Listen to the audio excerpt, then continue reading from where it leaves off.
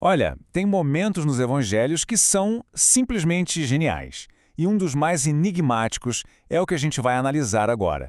Imagina a cena, uma multidão furiosa, uma vida por um fio, e o juiz, em vez de dar uma sentença, se abaixa e começa a escrever na poeira. O que está acontecendo aqui? Pois é, esta análise vai mostrar que por trás desse gesto silencioso existe uma aula de estratégia. Então, para a gente entender tudo, vamos lá para João capítulo 8. O cenário é o pátio do templo, um lugar público, e um julgamento improvisado está prestes a começar. E quem são os envolvidos? De um lado a gente tem a acusada, uma mulher pega em adultério. Do outro, os acusadores, escribas e fariseus, os experts da lei mosaica.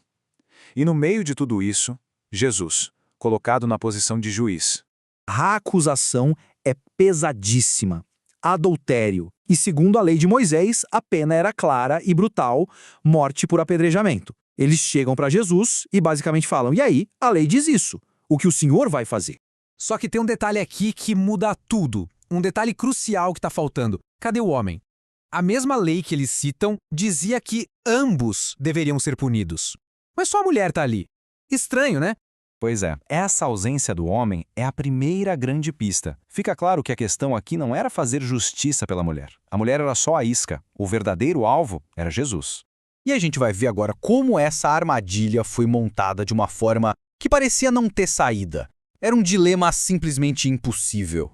Olha só a situação. Se Jesus dissesse apedrejem, ele estaria indo contra a autoridade de Roma, porque só os romanos podiam executar alguém. Problema gigante.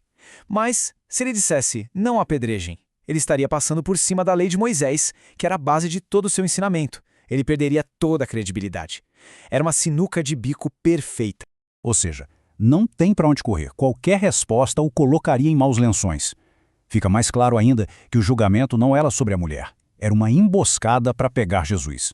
E aí, com toda essa pressão, com a multidão esperando uma resposta, o que Jesus faz? A coisa mais inesperada possível. Ele se inclina e, em silêncio, começa a escrever com o dedo no chão. Esse gesto, esse silêncio, é a chave de tudo. É aqui que o mistério começa a ser desvendado. Vamos analisar o que isso significava. Primeiro, no mundo antigo, um juiz ou uma autoridade escrever algo antes de falar era um sinal de poder, de controle total da situação. Era como se ele dissesse, eu não vou jogar o jogo de vocês, as regras aqui são outras. Ele eleva o nível do debate sem dizer uma palavra. Muita gente, ao longo da história, tentou adivinhar o que ele escreveu. Mas talvez o grande segredo não esteja nas palavras. Mas onde ele escreveu? Na poeira, no chão. E por que isso é tão importante? Porque para aqueles homens, os escribas e fariseus que conheciam as escrituras de cor e salteado, aquele gesto trazia à mente uma passagem específica e bem assustadora do profeta Jeremias. Os que de mim se desviam serão escritos no pó. Percebe a genialidade? Ele não precisou acusá-los em voz alta. O próprio gesto já era um veredito silencioso contra os acusadores. Era como se ele estivesse dizendo que aqueles que usam a lei como arma, na verdade, são os que estão se afastando de Deus. Com essa mensagem poderosa já plantada no ar, só pelo gesto, Jesus finalmente quebra o silêncio. E o que ele diz vira o jogo completamente. Ele diz, aquele que dentre vós estiver sem pecado seja o primeiro que lhe atire pedra. Uau! Ele não diz que a lei está errada. Ele não diz para libertar a mulher. Não. Ele pega a lei e a eleva a um nível mais profundo, mudando o foco da mulher para a consciência de cada um ali presente. A responsabilidade que eles queriam jogar em cima de Jesus agora volta direto para eles. O desafio foi lançado. E aí, confrontados com a própria hipocrisia um por um, começando pelos mais velhos, eles largam as pedras e vão embora. E enquanto eles saem, o que Jesus faz? Ele se inclina de novo e volta a escrever no chão. Ele não fica olhando, não constrange ninguém. Ele dá espaço para que a mensagem, tanto a falada quanto a escrita na poeira, faça efeito. E no final, o silêncio. A multidão se foi.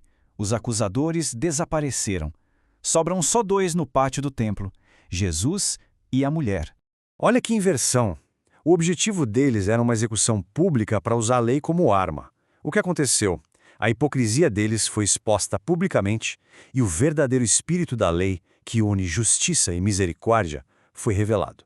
Então Jesus se vira para ela e diz, nem eu tampouco te condeno, vai e não peques mais. Veja bem, ele não minimiza o erro dela, mas ele oferece perdão e, mais importante, um chamado à mudança, uma nova chance. Então, o que a gente aprende com tudo isso?